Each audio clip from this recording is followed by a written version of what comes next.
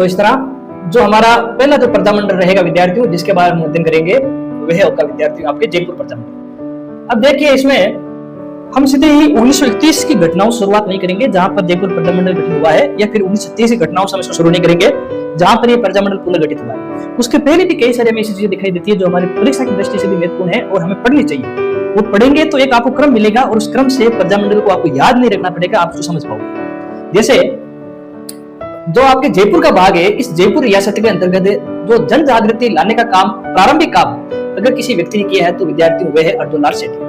हालांकि जब हम राजस्थान के जो क्रांतिकारी दल है या फिर राजस्थान के प्रमुख ऐतिहासिक व्यक्तित्व है जब पढ़ेंगे तब इनके बारे में वो डिटेल से पढ़ेंगे, लेकिन हम अर्जुनलाल शेट्टी जी के बारे में यहाँ पर वो बातें जरूर पढ़ना चाहेंगे जो हमारे प्रजामंडल आंदोलन से कनेक्ट होती है, उनसे जुड़ती है। अर्जुनलाल शेट्टी के विद्यार्थियों की बात करूंगा तो इन्होंने राजकीय सेवा की जगह स्वतंत्रता आंदोलन में अपनी सहभागिता को चुना।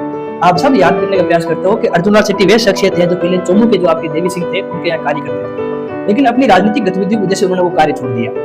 तत्कालीन जो जयपुर के जो शासक थे माधव सिंह तृतीय ने भी इनको एक प्रकार से आमंत्रित किया था, एक प्रकार से कार्य करने के लिए ऑफर दिया था, लेकिन आप सब जानते हो कि अर्जुनलाल शेट्टी जी ने एक बहुत ही अच्छा व्यक्तित्व देखकर उस चीज को नकार दिया। उन्होंने कहा कि अगर अर्जुन नौकरी करेगा तो फिर अंग्रेजों को भारत से बाहर कौन निकालेगा। तो आप अर्जुनलाल शेट्टी जी की इन गतिविधियों से देखते हो कि वह बार बार आपके राजकीय सेवा की जगह एक आरामदायक जीवन की जगह एक संघर्षशील जीवन को चुनना चाहते हैं, अपने आपकी सहभागिता राजनीतिक आंदोलन में सुनिश्चित करना चाहते हैं। और अपने राजनीतिक आंदोलन के उद्देश्य की प्राप्ति के लिए उन्हें पता था कि हम जब तक कोई संगठन नहीं बनाएंगे तब तक हमें किसी प्रकार की राजनीतिक अधिकारों की प्राप्ति नहीं हो सकती। और उन्होंने 1905 के अंदर जयपुर में, आप जरूर याद रखें, ये संगठन कई बार पूछा जाता है, 1905 में जयपुर के अंदर विद्यार्थी उन्होंने जो आपके जैन शिक्षा प्रचारक समिति है उसका निर्माण किया। आप कई बार इस नाम को सुनते हो, जैन शिक्षा प्रचारक समिति, क्योंकि अर्जुनलाल शेट्टी स्वयं आपके जैन मत के समर्थक थे, जैन मत के पोषक थे, तो जैन शिक्षा जो प्रचारक समिति है उसका गठन किया था और इसका गठन 1905 के अंदर जयपुर में हुआ था। आप नाम की ओर नहीं जाएंगे, ये किसी प्रकार का एक सामाजिक धार्मिक संगठन नहीं है।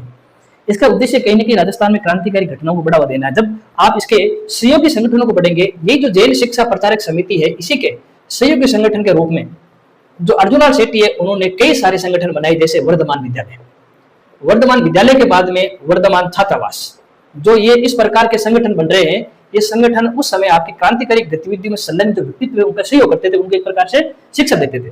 वर्धमान विद्यालय, वर्धमान छात्रावास, इसी प्रकार क्रांतिकारी जो गतिविधियां हैं उनके प्रति समझ विकसित करने के लिए वर्धमान पुस्तकालय, इस प्रकार के आपके संगठनों का निर्माण किया गया था। और ये सारे संगठन 1905 में जो जैन शिक्षा प्रचारक समिति उसी के तत्वाधान में स्थापित हुई थी।